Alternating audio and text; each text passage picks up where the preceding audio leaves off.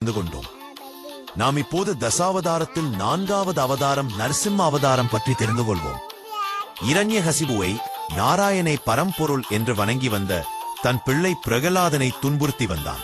பிரகலாதனுக்காக தூணில் திருமான் சிங்க வடிவத்தில் வெளிப்பட்டு அரக்கனை கொன்றார். ஸ்ரீஹரி எடுத்த வராக அவதாரத்தில் தன்னுடைய உடன்பிறப்பாகிய ஹிரண்யாட்சனை கொன்றுவிட்டார் என்று கேட்டதும் இரண்யகசிபு துயரமடைந்தான். அதனால் அவனுக்கு பரந்தாமன் மீது சொல்ல முடியாத கோபம் ஏற்பட்டது.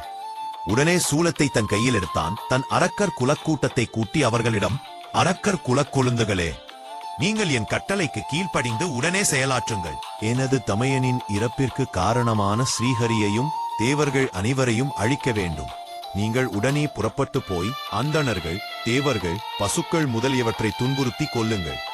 இரண்யகசிபுவின் கட்டளையை ஏத்த அரக்கர்கள் நோன்பு விரம் மோட்ட பெரியோர்களையும் அந்தணர் கிஸ்லையும் கொன்று குவித்தனர். அழியாத ஆவுளையும் 3 உலகங்களையும் அடக்கி ஆளும் வல்லமையையும் வேண்டி பரமனை நோக்கி தவம் செய்ய புறப்பட்டான்.